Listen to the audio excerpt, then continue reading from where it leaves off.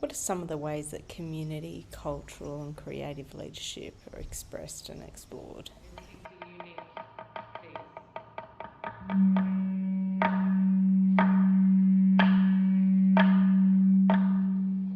When I recognize that when I change myself, my world is therefore changing. And I think there's some really interesting evidence to the facts of what I believe I create.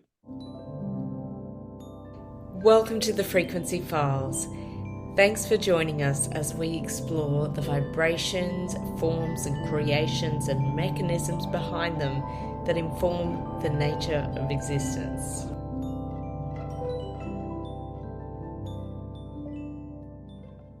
I love that there's that reminder for all of us that we are country. And for people whose ancestry may be really different or maybe from colonizer backgrounds, what wisdom would you offer them in creating a new narrative around that? Mm. I can only speak on first person point of view. For me, if my motivations aren't clear, then my outcomes will be the same. So, what are the reasons why a new narrative is? Yeah, yeah, yeah, yeah, yeah, yeah. Yeah, it's interesting, isn't it, when there's so much like rhetoric that just feels very heady and very word heavy. Mm. But um underneath and beyond that, as you said, like there's this, how do we genuinely move forward, you know? Mm. And the opportunity for us personally and as collectives to learn from, alchemize, and move through again beyond time because it's a non-linear process. Um, yeah, that is the invitation, isn't it? Yeah, and Gregorian calendar 2025 years ago, the calendar started, and Indigenous calendar across the known world, it goes long, long further than that. So in that time thing, the illusion of this linear time that we can see, Y2K came on in the year 1999, going to kick out at 2000, or the scare factor of, oh, what's going to happen? The world's going to shut down. And on a certain level, it did. The 1900s um, and the 2000s are getting us ready for the 21st century, proper 21st century.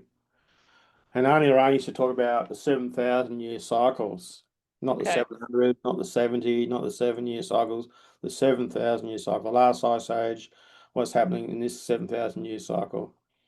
And I see in the Western system, they talk about when we're 21, we get the key to the city, Mm, 3 cycles of seven. And 21 is like social identity. Who are we when we walk out the door? We're not teenagers anymore. We're not in the 16th century in the dark ages. We're not in the 17th or 18th, not industrial revolution. We're post that, so to speak, which is an oxymoron to a certain level because we're always in it.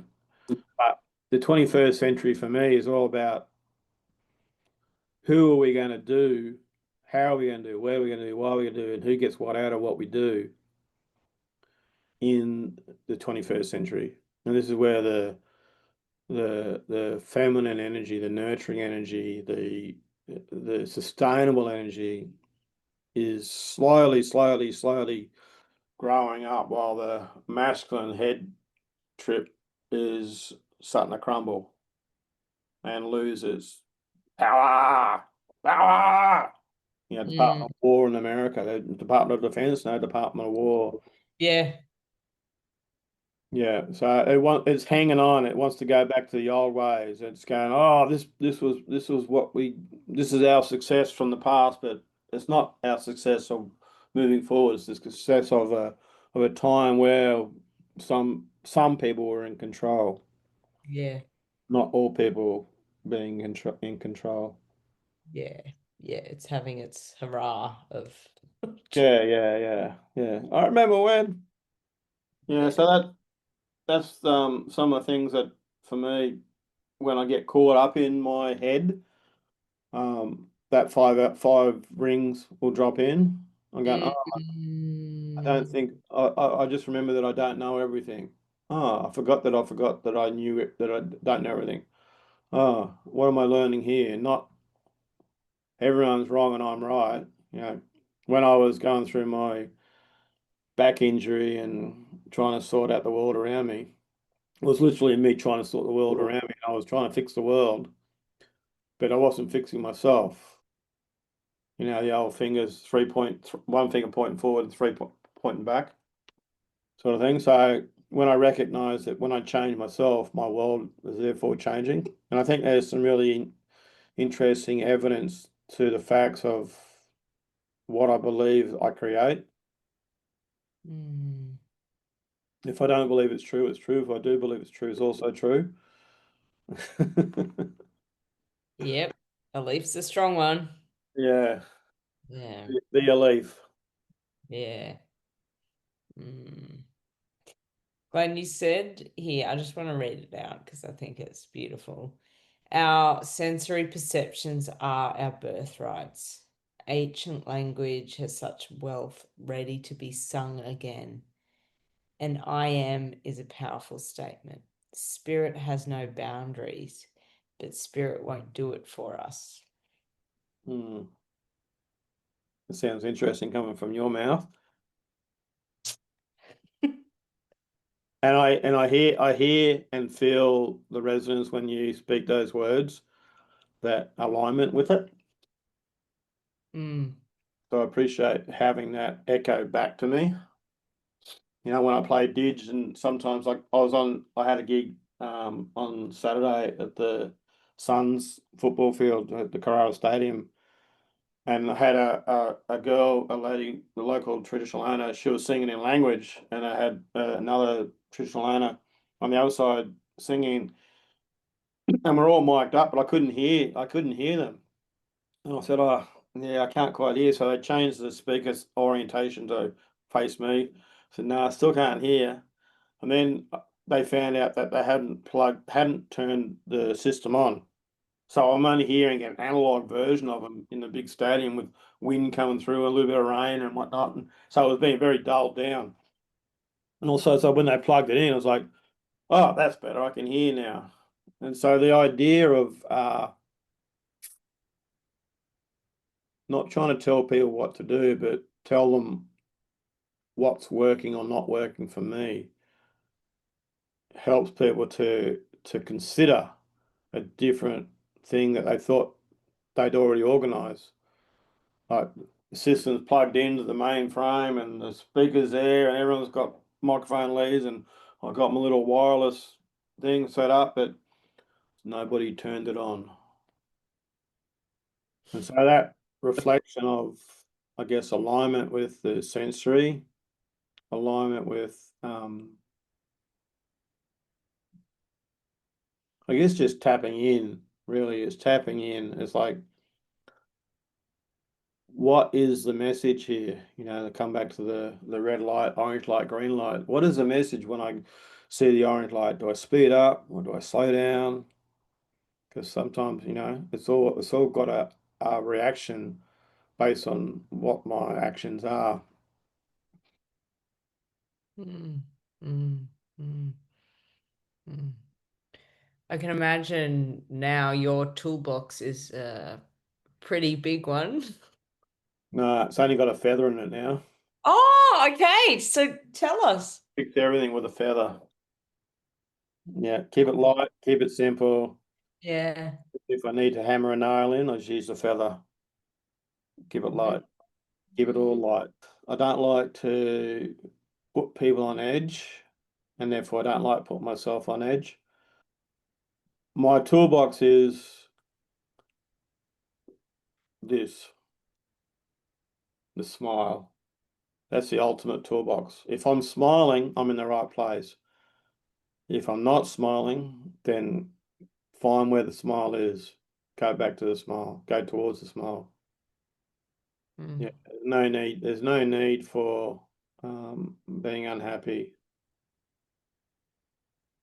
Not to have the roller coaster all the time of likes and dislikes, but happy is innate. Unhappy is reacting to something that I've done or had done to me. And that feels like an emotional reaction, and the narrative that's associated with that memory that gets built up over time. So happy is just being here, being now, being here, being now. Am I here yet? Am I here yet? Yep. Am I still here yet? Yep. I'm here. Yep. Oh, this is good. This is good poo. So that's Mm. my ultimate toolbox. That's the toolbox that I carry. The other toolbox that I used to have was a big sledgehammer, and I would use that everywhere for all situations. And that didn't work. And I found out that it didn't work. And I know it's heavy to carry around big sledgehammer for all conversations, all interactions across, especially when you got to go through airports and you got to pay for excess baggage. Yeah. Yeah.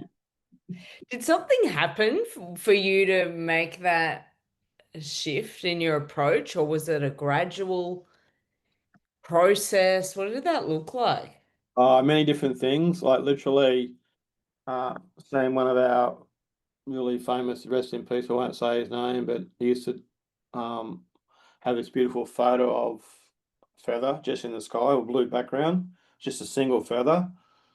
And it's so powerful that it resonated, and that was just before he passed over. And then in our martial arts, when I met my sensei, he was living next door to me, and he was building up his house, his fences, and he's cutting the wood. He's a carpenter of many other trades he has under his belt. But when he was cutting, he was pulling the saw, not pushing the saw, because in the West our teeth go forward, but in the East the teeth go backwards. So you pull. And so the difference of that was really interesting because my dad was a carpenter, and so I resonated between the different versions of the East and the West. And coming back to some of my senseis, um, they say, "Jutiki juho, not go tiki goho." Jutiki juho is soft way is best way. Hard way is dangerous. You crash, crash, crash instead of blend. And so that soft way has been imparted in a physical modeling in the martial arts where we versus going around and not being where the problem is. Yeah. And so that has been an interesting differentiation between what I thought martial arts was, what I thought my interaction with people was, what I considered as a symbiotic relationship, my softness helps me to sustain myself, to be replicatable, to keep on doing it, keep on doing it. I don't have to feel like I've burnt out my hard energy. And that can be obviously from the neck up, the head space sort of thing. Yeah, so that's where the feather analogy, soft way is best way, not hard way is best way, comes back to my my being. Yeah. When it comes back to the I am, and also the opposite of the shortest sentence in the world of I am is helps me to see am I, not just take it for granted that I am, and therefore I don't have to question that. But am I? Am I? Is this the real me, or is this a version that people are projecting and I'm taking that on? Yeah. Mm. Mm. If I've reached the pinnacle, so to speak, the top of a mountain, doesn't mean to say I should stop there. The am I? Can I do what am I doing in sustainable? What have I learnt in this moment, in this present moment? And so the am I as a question helps me to discern what am I taking with me? What did I pick up on the way that I go, yeah, I really need that, or no, that's had its use by date, like going through the fridge and going, oh, this has had it's like drinking milk that's been in the fridge for 3 weeks. That's questioning what I'm putting into my system to come back to the authentic I am. Mm. Yeah. Mm. And questioning, in sculpture they say you chip away to reveal what's there. And it's not to sort of be cognizant of removing, but more cognizant of understanding that even the stuff that I'm chipping away is the illusion. So I'm not focusing on the illusion, I'm focusing on the thing that's not the illusion. Mm. And I'm giving agency again, free choice, autonomy to this. My mum, she's in the mid 80s, and she like paints her house like big red doors, and it's very flamboyant, very visual, very beautiful. She was Miss Gold Coast 1965 or some beautiful lady in many ways, inside and out. Um, but we were walking down the street there a couple of months ago where she lives, and she's singing at the top of her voice, and I'm a little bit, Yeah. in this town, it's like, "Oh, I don't know these people," and Mum goes, "I'm too old to worry what people think of me, Glenn." Yeah, Respect. yeah. Yeah, so I resonate with my mum on so many levels, on her journey and finding out that same thing that we found out together about our Aboriginal ancestry, all on the same day, so to speak. It wasn't something that she grew up with.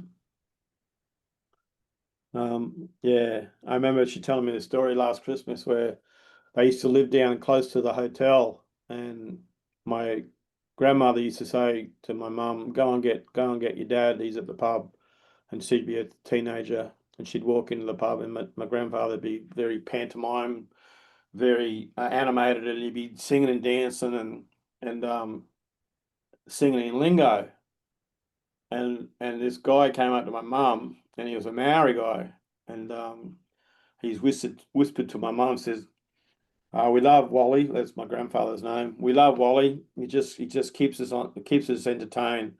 But we know because he was passing himself off as a Maori, because in those Oh, days, in the 60s,